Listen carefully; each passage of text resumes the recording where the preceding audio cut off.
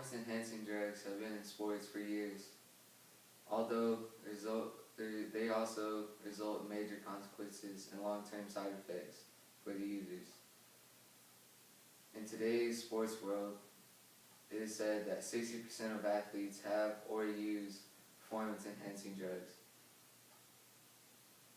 These drugs have been present since the ancient Greeks. The first use of performance-enhancing drugs was seen in 776 BC.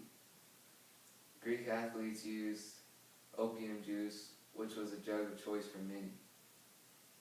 They also liked to gorge themselves and experimented with herbal medicines to see what would benefit them best in their performance.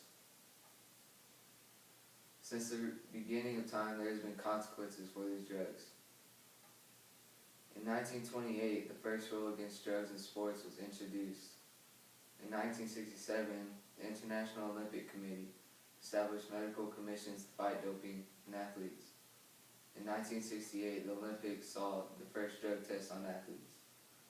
In today's sports world, in sports like baseball, many athletes are punished and suspended for many games if found out they are using performance-enhancing drugs. Along with the consequences that came with using these drugs, athletes saw side effects that were sometimes fatal. On August 26, 1960, an athlete died in an Olympic competition due to doping. On July 13, 1967, the first Tour de France cyclist dies due to doping. Using steroids or any performance-enhancing drugs also has other mental and physical consequences. In men, it could cause them to develop things like breasts, and it could have a decrease in their sperm count. They become infertile or become impotent.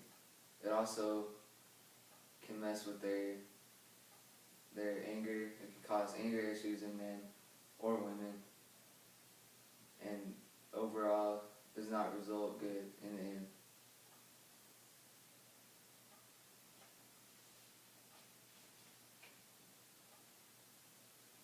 In conclusion, performance-enhancing drugs help athletes achieve what they think they should be achieved, but in the end, the consequences and long-term side effects overruns their success.